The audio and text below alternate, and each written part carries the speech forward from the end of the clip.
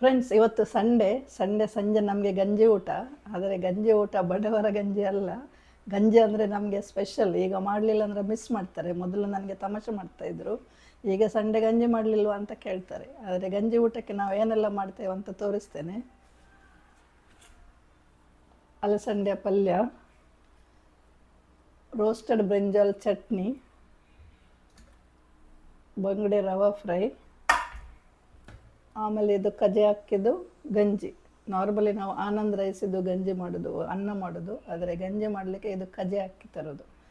ಆದರೆ ಇವತ್ತು roasted brinjal chutney ಹೇಗೆ ಮಾಡೋದು ಅಂತ ತೋರಿಸ್ತೇನೆ. ಮೊದಲು ಬದನೆಯನ್ನು ರೋಸ್ಟ್ ಮಾಡಬೇಕು. ಇದನ್ನು ಗ್ಯಾಸ್ ಮೇಲೆ ಕೂಡ ಮಾಡ್ಬೋದು, ಈಗ ಏರ್ ಫ್ರೈಯರಲ್ಲಿ ಕೂಡ ಮಾಡಲಿಕ್ಕೆ ಆಗ್ತದೆ ಅಂತಾರೆ. ಮೊದಲು ನಮ್ಮ ಅಮ್ಮ ಕೆಂಡದಲ್ಲಿ ಹಾಕಿ ಒಲೆಯಲ್ಲಿ ರೋಸ್ಟ್ ಮಾಡ್ತಾಯಿದ್ರು. ಸರಿ ರೋಸ್ಟ್ ಆದಮೇಲೆ ಅದರ ಸಿಪ್ಪೆ ಎಲ್ಲ ಚೆಂದ ತೆಗಿಬೇಕು, ಸುಟ್ಟಿರೋದು, ಇಲ್ಲಾಂದರೆ ಅದು ಕೈ ಆಗ್ತದೆ. ಎಲ್ಲ ಕಡೆಯಿಂದ ತೆಗೆದು ಕ್ಲೀನಾಗಿ ಅದನ್ನು ಕಟ್ ಮಾಡಿ ನೋಡಬೇಕು, ಒಳಗೆ ಏನಾದರೂ ಹುಳ ಉಂಟಾ ಇಲ್ವಾ ಏನಂತ. ಇದು ಒಂದು ಕಡೆ ಸ್ವಲ್ಪ ಸಿಪ್ಪೆ ಹಚ್ಕೊಂಡಿದೆ, ಹುಳ ಇರ್ಬೋದು ಅಂದ್ಕೊಂಡು ನೋಡ್ತೇನೆ. ಬದನೆಕಾಯಿ ತೊಗೊಳ್ಳುವಾಗ ಕ್ಲೀನ್ ಇರುವ ಬದನೆಕಾಯಿ ತೊಗೊಳ್ಬೇಕು, ಏನು ತೂತಿರಬಾರ್ದು, ಏನಾದರೂ ಕಲೆ ಇದ್ದರೆ ಹುಳ ಇರ್ತದೆ ಅಂತ ಲೆಕ್ಕ. ತೊಗೊಳ್ಳುವಾಗ ಆರಿಸಿ ತೊಗೊಂಡ್ರೆ ಜಾಸ್ತಿ ಹುಳ ಇರುವುದಿಲ್ಲ.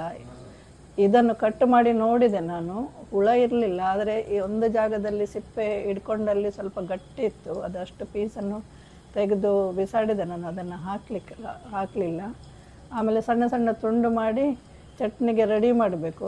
ಚಟ್ನಿ ಮಾಡಲಿಕ್ಕೆ ಒಂದು ಸ್ವಲ್ಪ ಅರ್ಧ ಕಪ್ ತೆಂಗಿನ ತುರಿ, ಒಂದೆರಡು ಮೆಣಸು, ಹುಳಿ, ಮತ್ತು ಬೆಳ್ಳುಳ್ಳಿ, ಶುಂಠಿ ಮತ್ತು ಉಪ್ಪು.